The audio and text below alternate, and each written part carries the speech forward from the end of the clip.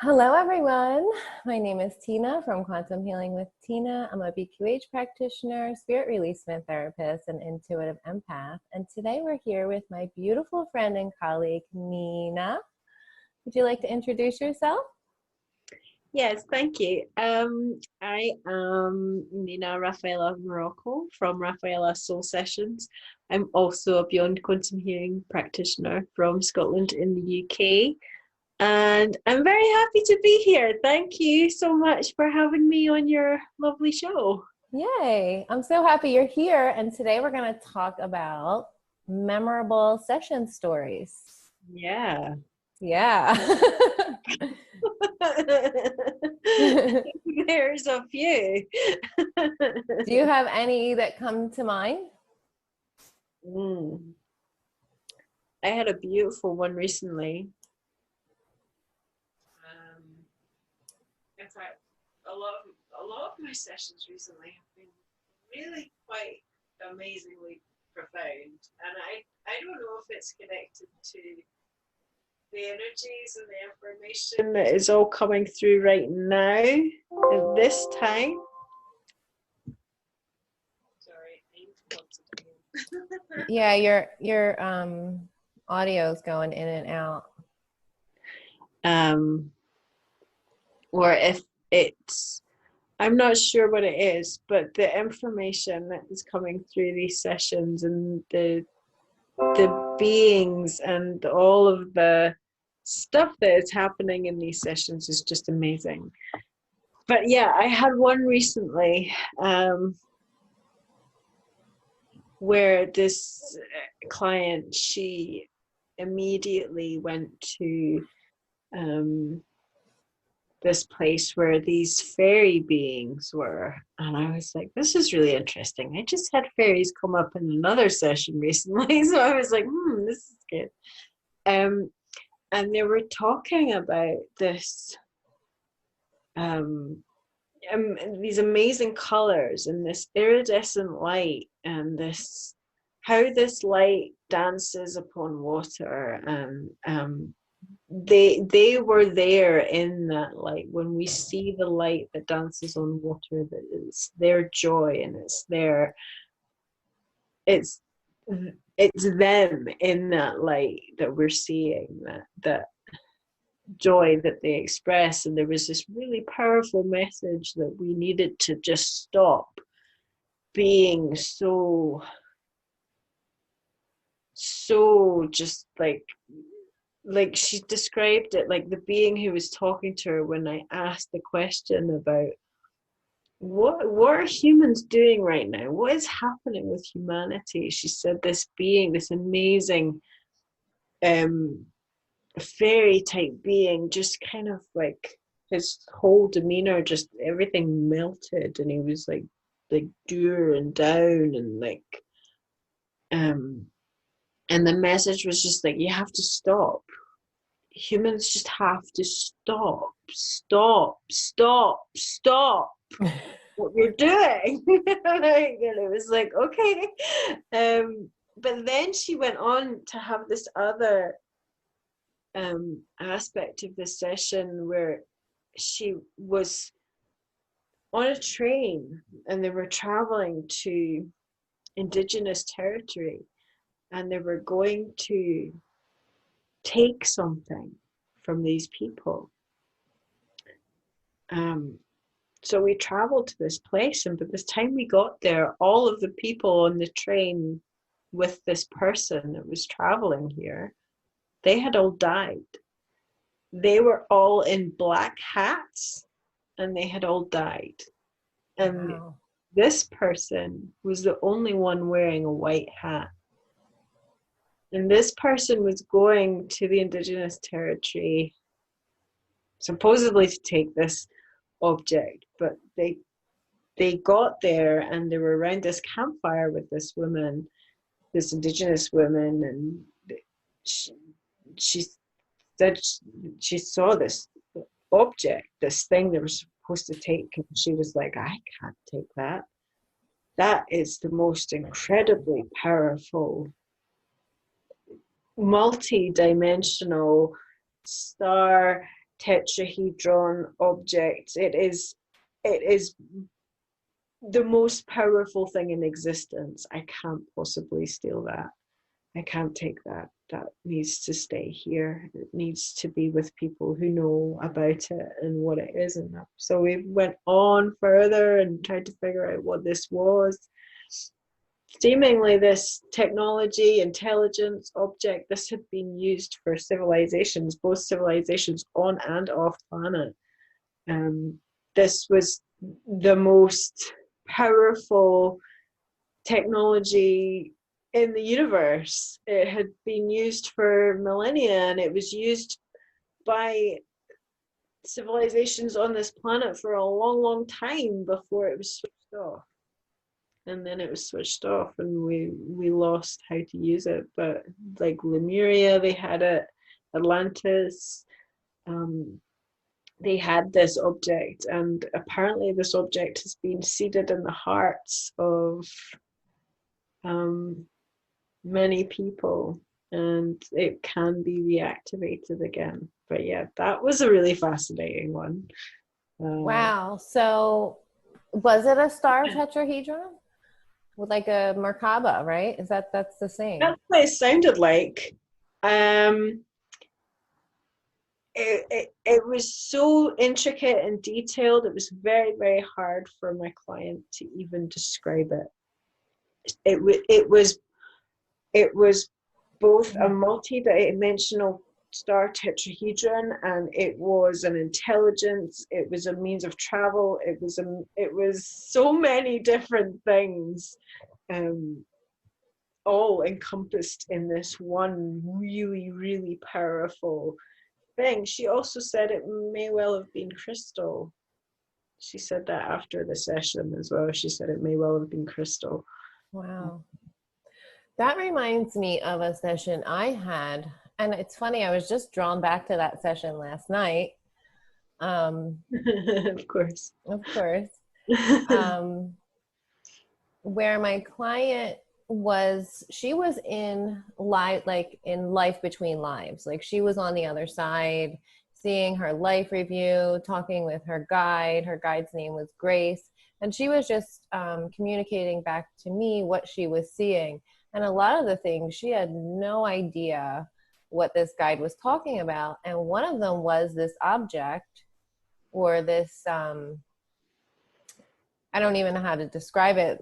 Like you did a better job than me, but she couldn't even put words to it. And I think it may be similar, or not, maybe even the same as what you're talking about, because she didn't have the words to describe it back to me. And then I had another client who talked about something called the dodecahedron. Uh-huh.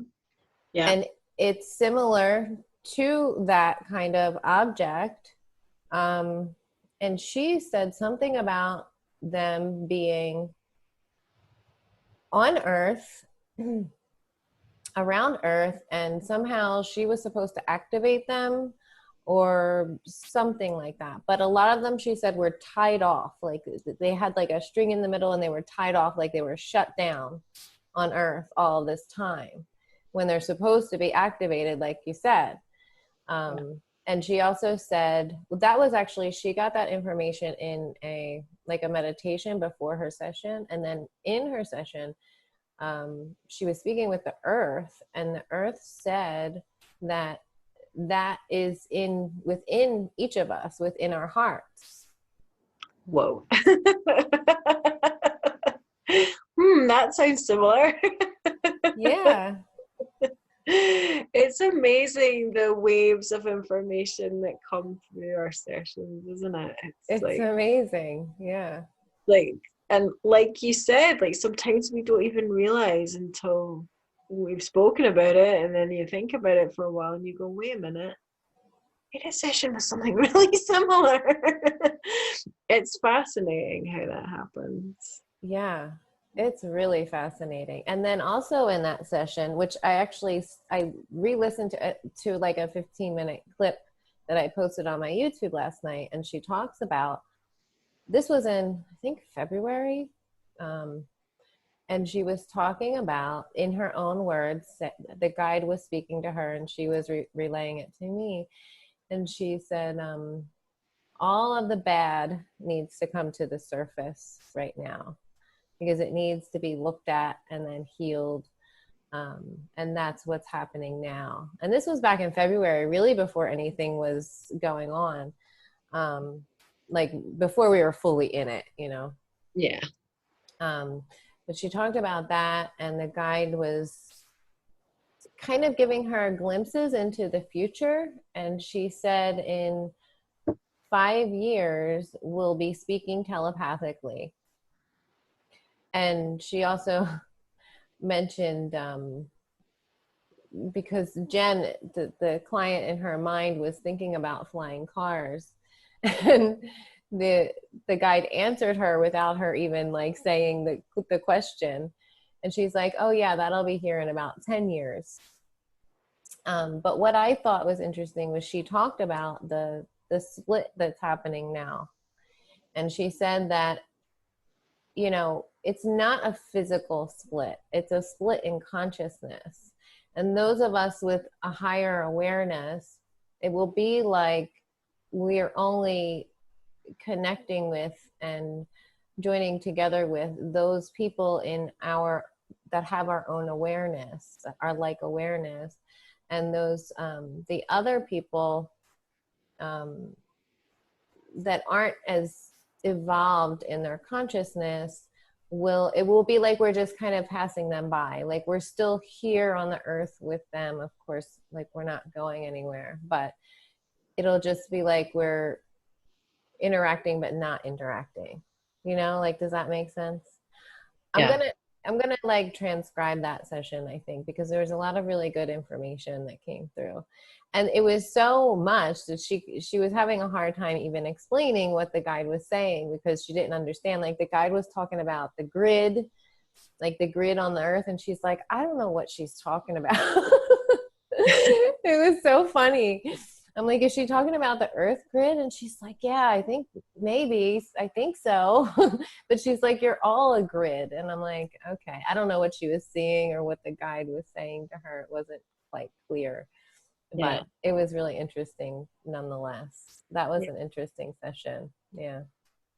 I love all these sessions that bring up information about the heart and how important that is. And I think it's such an important thing right now for humans to begin to understand the power of what's in the heart.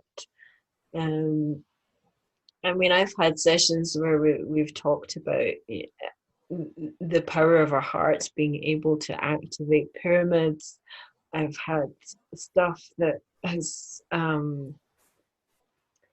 there's just been so much information about the heart and our connection to the divine being through the heart. And obviously that's, you know, how we start our sessions this week. We come into heart and mind coherence, and it's through the heart that we have these like amazing experiences. But a session I had not very long ago, or I facilitated not long ago, I think it was last weekend, she was talking about how people need to feel the pain right now, because the pain is what opens people to their hearts. That's what open people's hearts, is what brings people back to their heart. And it's pain and suffering and trauma that really brings people back to their I mean, I know it definitely was for me. It definitely was for my sort of last stint of my awakening before I did this work. Was a, you know, relentless trauma for an extended period of time that really brought me into the heart of what I needed to be doing in this world.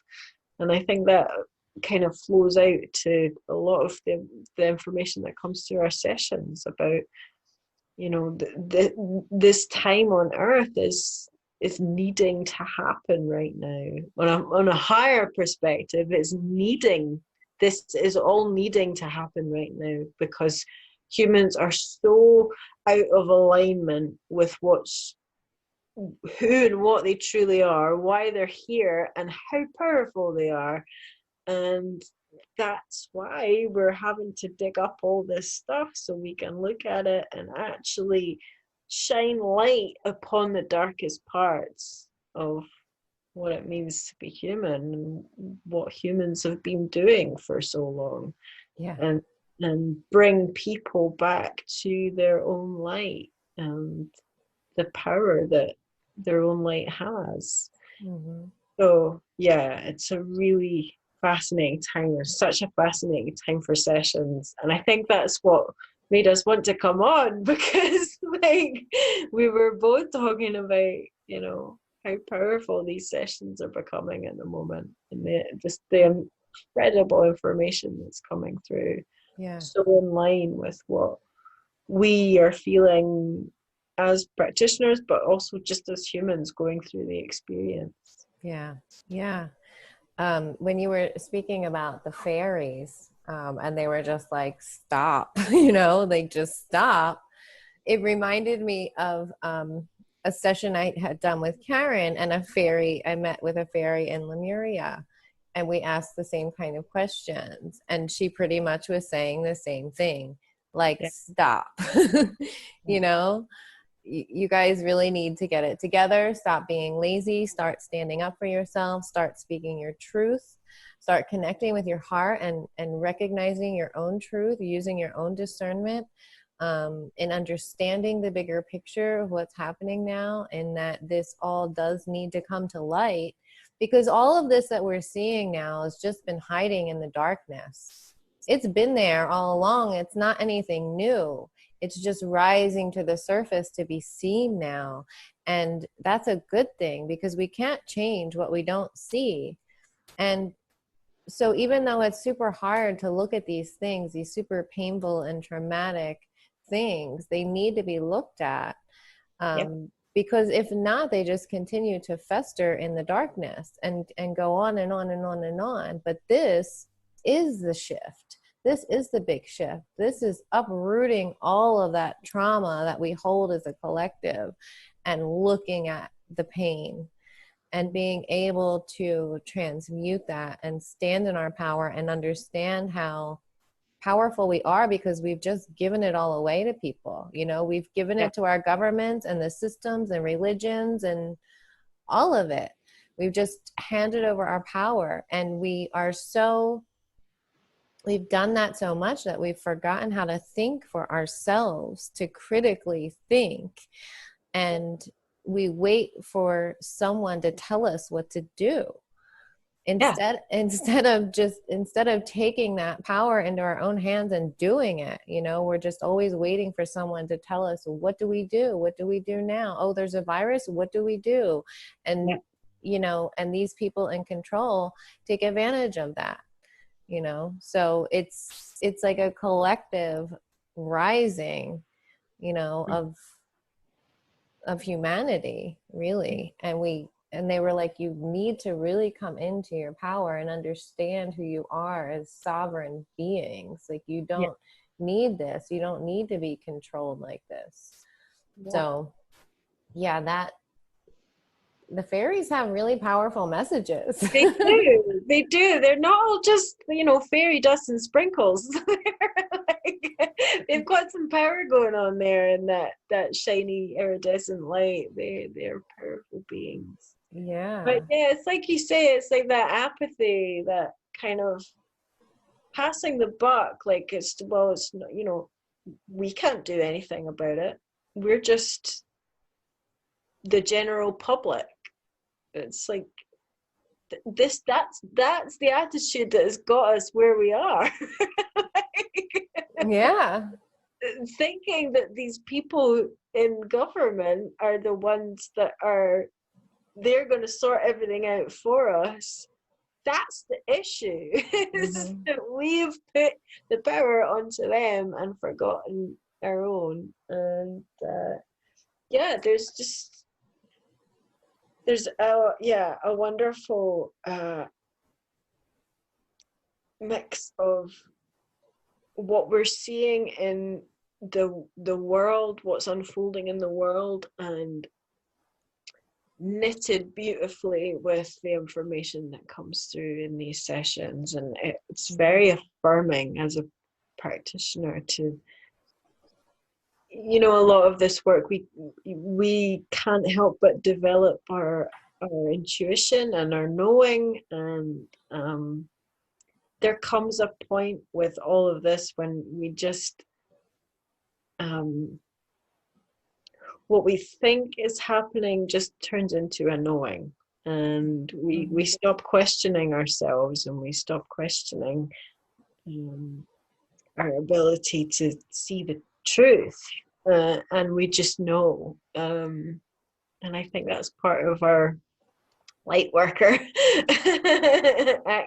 activating there. We just know, and that's always highlighted by the beautiful messages that come through these sessions. And I'm trying to think of more information. It feels just like a lovely layer, like all the information that's coming through right now just feels like another lovely layer that's kind of hugging us through this time. That, I mean, yeah, it's I had a really cool session the other day. And I swear every single session I have is so unique. Like they really never follow the standard way they're supposed to go, like ever. But this one was really different. And she didn't come with any questions, which is, I've heard other practitioners say that clients are coming now less and less with a bunch of questions. yeah. And this was the first time I had one without any questions at all. And she was amazing, beautiful, beautiful soul, and experienced a lot of trauma in her life, abusive relationships, abusive childhood leading into abusive relationships, with men. And she was just at a point where she was just done with all of it. And she just wanted to start over and not repeat those patterns anymore and really have like a rebirth. And so she didn't have any questions. She just wanted to see where it would go. She was really open to everything. I talked to her a lot about really trusting herself and the information she was getting. So, when we landed, the first thing she said was, "I'm awake." And I'm like, does that mean like you think you're not under? I didn't say that, but that's what my mind was like. Wait, what's going on here? And we continued on, and she briefly saw a life. I was trying to figure out what was happening because she was already talking in third person. So I knew there was something else going on. And then I realized that we were talking to her angels. She had this legion of angels with her. And as we were talking and trying to understand what was happening, her ego would come in, and the angel would say, "Oh, her body's tensing up. She doesn't believe this." And so I would have to talk her down and relax her again, and then we would pick up again and start talking to the angels again. But basically, the angels scooped out what they said was like peanut butter in her heart and throat and replaced it with a diamond. And they said she has diamonds raining down on her from source. So I'm like, wow, this is really beautiful. I'm just going to allow her to sit in this energy. I'm not going to try to it's like pulling teeth, with somebody who's really that deep. So I just allowed her to sit in the energy. And then we actually connected with straight to source. And she said she was connected to source by like a silver chain.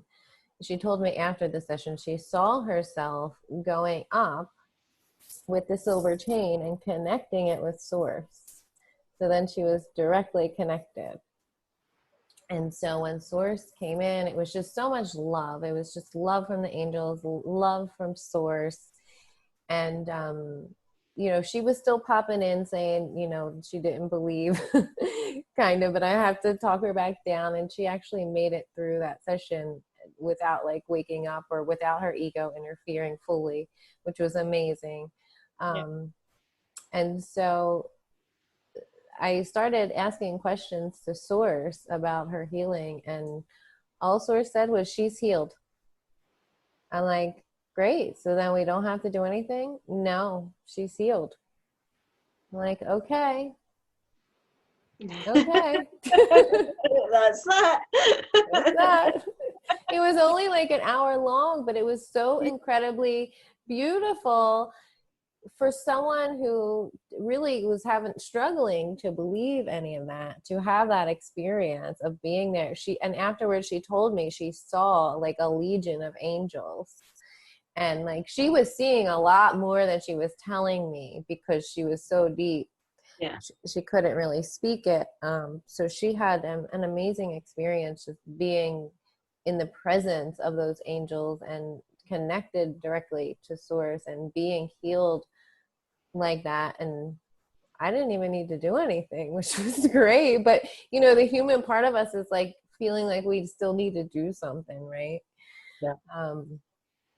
But yeah, it was just for that healing, and it was beautiful. And then she messaged me and said, she's had all these opportunities come up for her since the session. She feels super light. She's not eating junk food. She quit smoking. Just amazing results. And she was so excited and appreciative. So yeah, that was really cool. Amazing. Yeah. I love those really, really quick sessions. The ones that are just in and out, and there's no messing around, there's no skirting around different lifetimes. We just get straight to the heart of the issue. I've had a couple of those recently, and they're just like, it's unbelievable how deep people can go so quickly. I had one just last weekend where my client went straight to the cosmos and was the cosmos and brought forward this beautiful message from the cosmos's perspective of humanity. And yeah, it was just incredible. And I had another session recently. Both sessions were only about 2 hours. They were so deep and so quick, and yeah, we got everything done, and then that was it. And I was like, okay. Yeah, I feel like that's happening more and more now, because after that I had a surrogate Wednesday night, I think it was, and again we didn't see any past lives. We went directly in for the healing. But the interesting thing was Dolores was there again this time. And because I'm like, okay, maybe we need to do something more than just the healing. Again, my humanness is like ridiculous. So I'm like, maybe we should just travel to see, because it was a daughter-in-law that requested the surrogate for her mother-in-law. So I'm like, let's just see what their past lives together are like. Yeah. So we started to drift and float, and Karen ends up on a bench next to Dolores.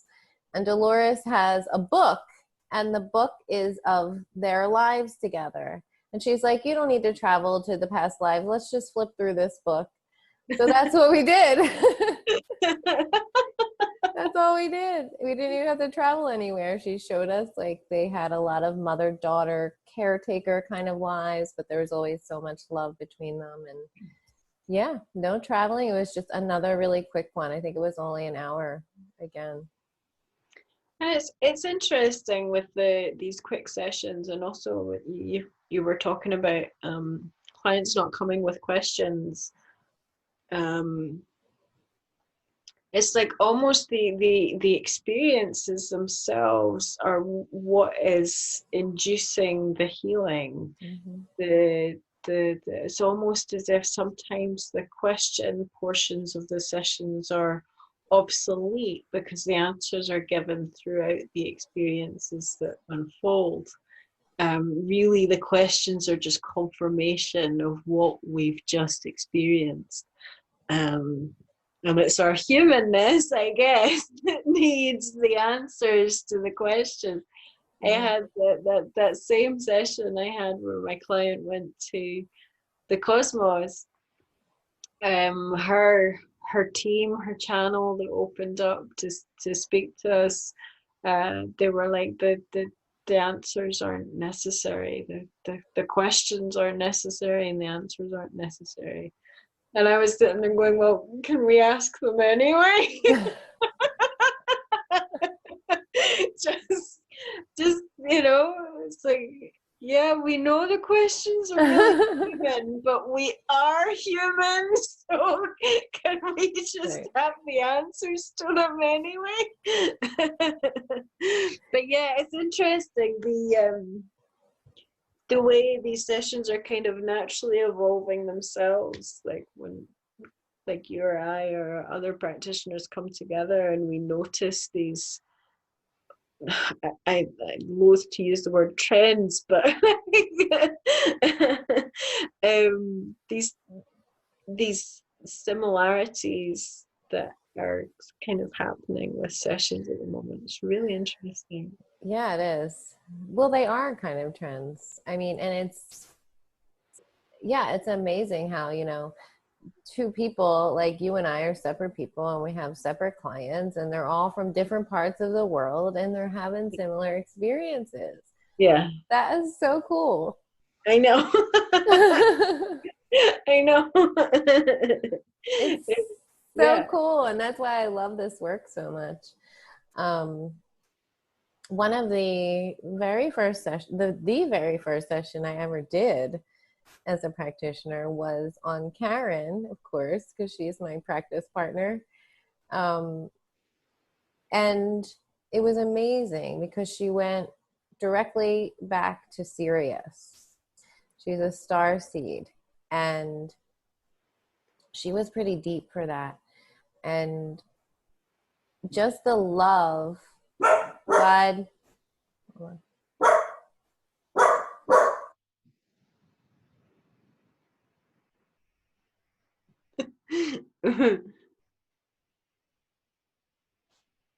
Doggy's barking.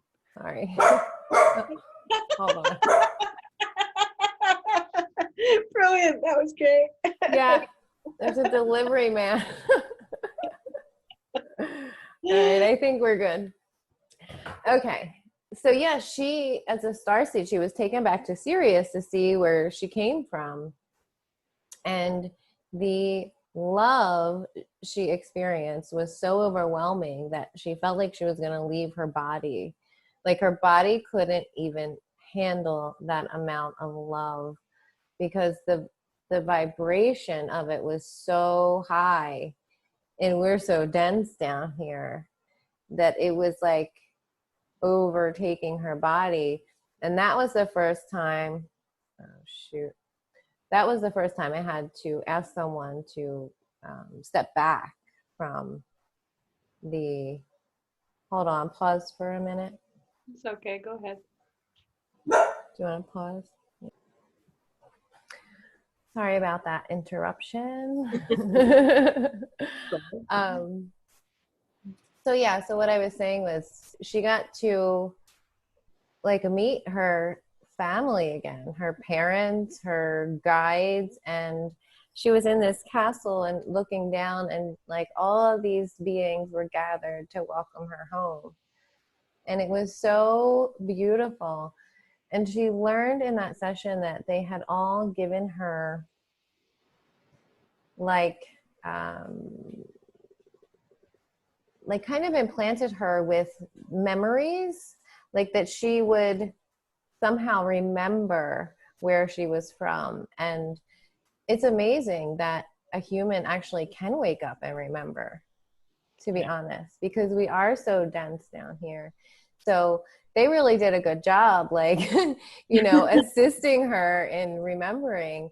And they also spoke about this like virtual reality kind of thing that she went through to learn about the human experience without actually being down here, but to kind of like prepare her for being here. Yeah. Because they come from such a high dimension that they really needed to see through the eyes of a human what it was like and to feel those emotions. So we had seen another life that she lived, but it wasn't her life. She was seeing it through the eyes of that human that was living that life and experiencing it too. So I thought that was really interesting. Almost like imprints, like Yeah, imprints of lives. Yeah, I yeah, always think it's really interesting, like um these higher vibrational beings having to descend their level of consciousness to be able to handle being here. I always find that concept really interesting. I had a session recently where I went into trance, and I visited a part of Orion where I was an amphibian being, which was really interesting because I've also had a client who's had a similar experience. And this place was just all about frequency and vibration and sound. And it was just like so beautiful. These like enormous lily pads that could fit like 4 or 5 human-sized people. Like, and they would all sit on these, and it was all about frequency and sound. And some of them would just work on the planet and the beings on the planet and the plants, and they'd communicate with and they'd figure out what parts of the planet needed to be assisted and how they could retune everything and make everything work correctly. And some of them were capable of working beyond that, and they were able to help other planets, other dimensions, other parts of the universe through sound and frequency. Uh, wow. That it was, must be why you're so drawn to sound healing. yeah, I think so. Yeah. Well, I think that's what this confirmation was, of my natural love for music and sound. Music, yeah. Um, and there was this incredible part, and it really didn't really show me much else other than these two aspects of how they came into being in those lifetimes, in those amphibian beings, how they were born and how they left, how they died. And the whole process was just so incredibly beautiful. And they would begin by the couple would start creating sounds, and they would create a song together through the vibrations and the noises that they could make, and this song would come to them, and then they would channel it, and this would be the soul song of the creation that they were making, the baby, the creation. um, and the parents would sing it first, and then the community would sing it as well. And it was like this whole birthing process with that collective intention to bring this being into being would be what made the intention into matter, basically, and starting Wow. the child. And when they decided they were going to leave, when they decided they were going to pass on, and it was very much a decision that they had done enough in this particular lifetime, they would they would begin to hear their soul song again. And they would very faintly hear it at first, and then it would get louder and louder and louder and louder until everyone could hear it. And everyone would also create this sound. And this sound was what assisted the being in releasing its soul from the physical form. So there was this, and it was a beautiful ceremonial type celebration and rejoicing of not just the life that they lived, but the abilities that they had beyond the life, that they were still going to be able to interact with their family and the beings that they worked with, and but they were going to be able to do that from a much more expanded level. And it was just so beautiful, and it was so different from what we perceive and experience with birth and death here. It was such a contrast to what we experience, but so incredibly beautiful and touching. And this, it was almost as if the soul was being called back. It was your soul song was calling you home, and that was just something really beautiful. That So is really beautiful. it was Wow. it was an amazing session, and it was really lovely as well because I had facilitated something almost similar to that, but also very different. It was like my perspective on that one, or my soul's perspective on that one. So yeah, it was lovely. It was Yeah. Well, really you nice. guys must be like soul family then, you think? Yeah, I think so. I think we must be. Yeah, I think we must be. Well, we all are, aren't we? Everyone who does this work, everybody that we come into contact with about this work, we're all connected in some way. Yeah, definitely. It's just awesome to be able to see that so clearly through a session, how you're connected with someone, you know? Yeah, Yeah. absolutely. Yeah, beautiful. And she's actually she's a past life regression therapist.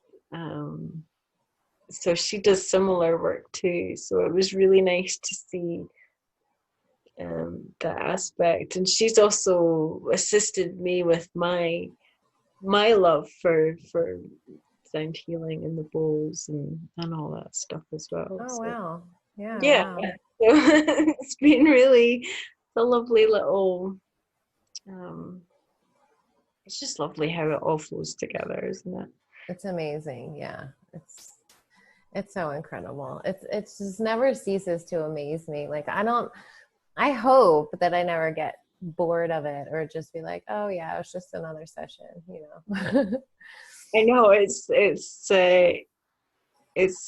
hard to imagine ever becoming um tired of this work because it's also fascinating, and just when it's amazing watching new practitioners having their experiences, their first experiences, and watching them blossom and grow. And I don't think there's going to be a time where the magic of this work is going to get dull. Yeah. I don't think so either. Um, oh, so I had this surrogate session for a 9-year-old little girl last week, and it was amazing. I mean, this girl is like a rainbow child, crystal child. She's just beautiful. Like I saw a picture of her, and when you look in her eyes, you could just like see the whole universe. Like she's so sensitive and so connected. And she was having a lot of issues with anxiety and these fears about her parents getting old and dying, anxiety about going to school. There was kind of a power struggle there with her mom. So we went in and did the surrogate session, and in the first scene, what we saw was this. There was all these beings in space. They were like, well, she was a blonde, had like a spacesuit on, like a silvery tight spacesuit, like iridescent. And there was all these other beings with her, and they were just in space. They weren't on a planet. They were in space, and they were running, and they were doing these like laps around the galaxy, I guess. And but they weren't in our galaxy. They were in another galaxy, and they were running and like picking up the momentum and speed and making this light, and it would loop around like loop down like a lasso coming down into Earth. And so they were creating this light, and as it was coming down, it was coming down into the humans through our crowns, down into our bodies, down our legs and into Earth, and out of our feet like little vortexes of energy down into Gaia. So it was like we were anchoring that light they were sending down into Gaia. And Karen saw like us kind of like zipped open, like the people that are more conscious of what's happening. We were like unzipped, and our hearts were just like beaming out this light to the rest of the people on Earth. And I just thought that was so incredibly beautiful. And so we asked about why we saw that, and they said that this 9-year-old little girl is working on all these dimensions, all these other dimensions. Like she's this multi-dimensional being, doing work in her sleep, in her, even in her waking state. But she's so sensitive that she's getting overwhelmed by that, plus all the energy she's feeling. So that's what can cause some of these emotional outbursts that seemingly come out of nowhere. It's just, she's really feeling all of this energy. So that was really interesting, and it explains some of what's going on in the collective too. And then we saw a life where she was a gypsy, like a gypsy herbalist, really like earth mama kind of life. They played in the mud, and the earth healed them, and she used all her herbs and crystals to help heal the people in the village. So she's definitely a healer in this life. And we also took her to her and her mom. We saw this life that they had together that explained the power struggle.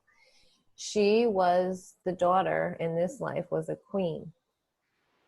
And she had a really traumatic event happen to her. She was actually, as a child, she was super loving and open and connected with the earth and just unconditionally loving and beautiful. And then this tragedy happened where her parents were killed. Her parents, who were the king and queen, were both killed. Her mom raped and killed. And then, so she had to take over as queen. And now she's traumatized. And the people that did that to her parents raped her and traumatized her. And she ends up having a baby from that. And that baby is her mom in this life. So they were like reversed roles. Wow. And yeah. And so what we saw was that the queen could never give love to the daughter because of how she was conceived. And she always held that resentment. And as much as she wanted to love her, she just couldn't bring herself to do it. Mm-hmm. And so she treated her like a slave, pretty much. And she ended up leaving the castle when she was like in her 20s and went off and did her own thing in the woods and lived alone and connected with nature, kind of like her mom did when she was young. Mm. So she went off by herself, and then something happened where she was dying, and her mother came to visit her, the queen. Um, and the queen comes to visit, and Karen sees how the queen is like drained of all energy, like she's looking like gray, black and white, and she has a little spot of um, color in her heart, just a little spot left. And the daughter is all colorful, and she has a tiny spot of like gray in her heart. Mm. So when I saw that, when she was describing that scene, I saw a yin yang and how they fit together like that, like complementing each other. Um, so after that lifetime, we took them to the healing temple, and Dolores was there, and she was playing the organ, and we asked her, do you have a message for our clients? And she says, the love you take is equal to the love you make. And I'm like, okay. And Karen's like, I love that song. And so we moved on a little bit, and Dolores says, just tell them to hug already. And Karen was like, what? She's like, just tell them to hug already. Because, I was calling in the angels and making a big deal. And Dolores is like, just tell them to hug already. So Karen watches them come together. And as they come together, they kind of like meld. And Dolores says again, the love you take is equal to the love you make. Mm.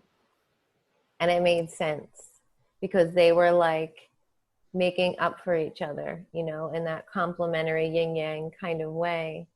And they finally were able to come together and heal that.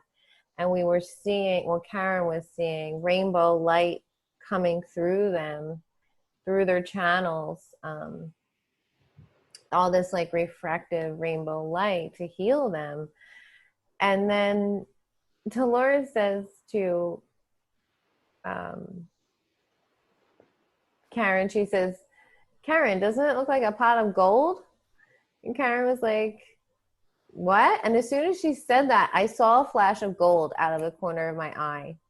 It was the craziest thing. It was right over here. I'll never forget it.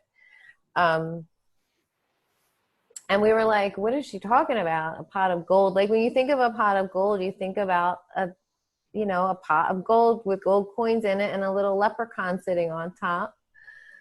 But so we ended that scene. They were healed. They were healed just from coming together and hugging. They were healed. But Karen was like, "Oh, we can have the angels seal it." And that's when Dolores's the music she was playing from the organ was coming up with the rainbow music notes and rainbow light, and that's what was coming into their channels. So that sealed their healing.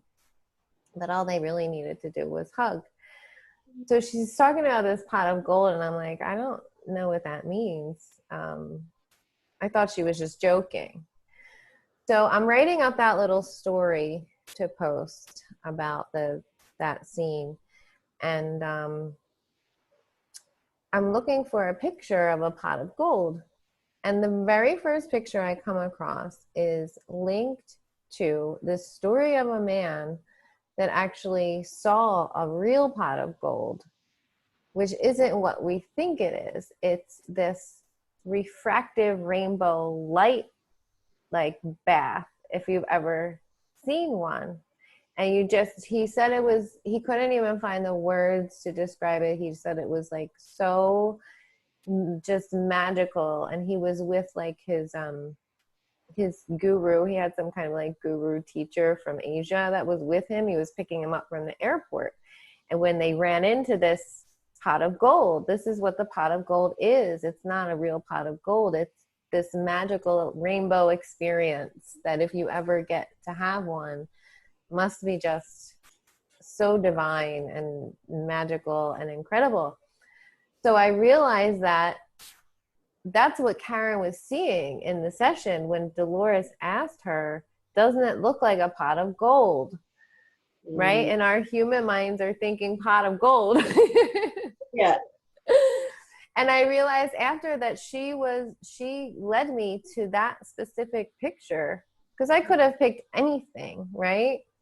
But she led me to that specific picture that was connected to that podcast with the man who had that experience, exactly like Karen saw it in the session. I mean, Wow. just Oh. Amazing. amazing. Yeah, so amazing. I love the little nuggets of information that come through for us practitioners as well. Yes. And And sorry, go ahead.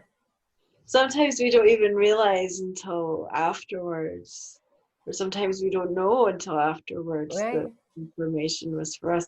And sometimes we'll be sitting there and we're like, you'll hear something like the way higher self says something, or the being or whatever it is we're speaking to, and you're like, is that for me?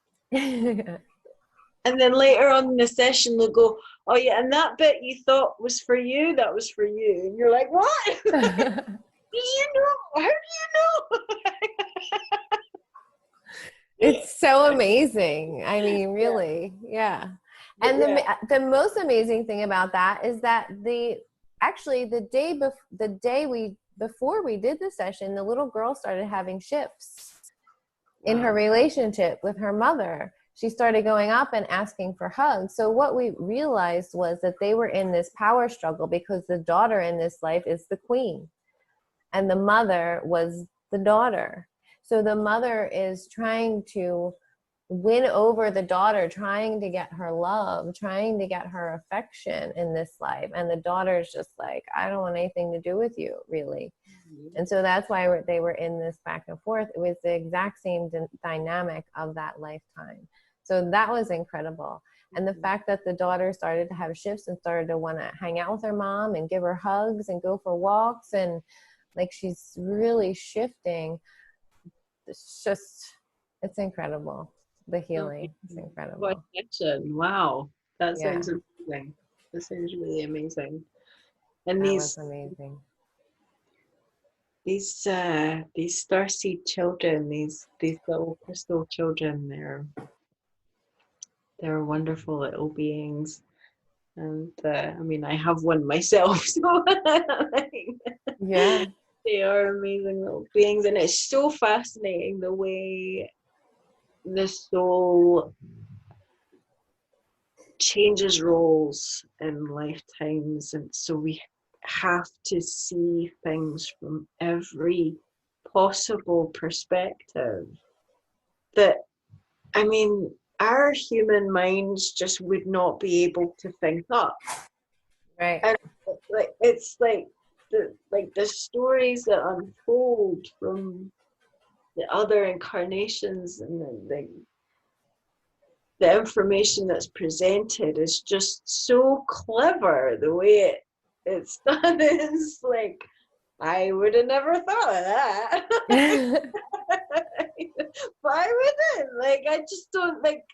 I don't think our humanness is able to really present the information that is presented to us in that way. I don't think we'd be able to come up with it, because it's so creative and so fascinating. And yeah, Yeah, and even like while when we were going through that life with the queen and the daughter, I knew that was them, but I couldn't fully see the picture of how that was relating until the higher self really explained it to us. And I was like, oh yeah, that one life literally explained every single question the mother had on the list.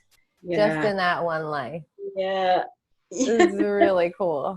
This reminded me of my session I had with you, the one where I went to the other planet, because we were wanting to work on my fear of driving. Mm-hmm. Yeah. And that lifetime explained everything. More than I think we could have possibly imagined, because the crash that happened in that life on that planet was what led to me having the phobia of driving. Right, because you had designed that vehicle. You were like an engineer or something, right? And Yeah. you designed that vehicle and you had so much guilt over it crashing and Yeah. Felt and feeling responsible for feeling that. responsible. Yeah. Yeah. That was amazing too. I remember being in that situation and be like, oh, that crash. Yeah, we were both like, oh. Even I was like that, and it was coming out of my mouth. I was like, oh, hey. Yeah. I know, it's funny. Well, any final stories or words of wisdom? Just that I hope this is given some of you a little bit of respite for a while. I hope this is taking you out of your everyday lives and showing you a little bit of the world that we get to experience with the sessions that we do. And yeah, just keep going, because there's so much magic out there that we're just scratching the surface of it. No matter how hard everything is, there is always a huge amount of light and a huge amount of magic to be had. That's my parting words. Oh, beautifully said, Oh, Nina. thank you. Magic is real. It is So real. so real. Yeah. Yes, believe in magic. I think they're great final words. Well, thank you for being here with me, Nina, and thank you all for joining us today. We send you so much love and gratitude. We will see you next time. We'll be back. Yeah, we will. Bye, Mowgli. Yeah, he's here.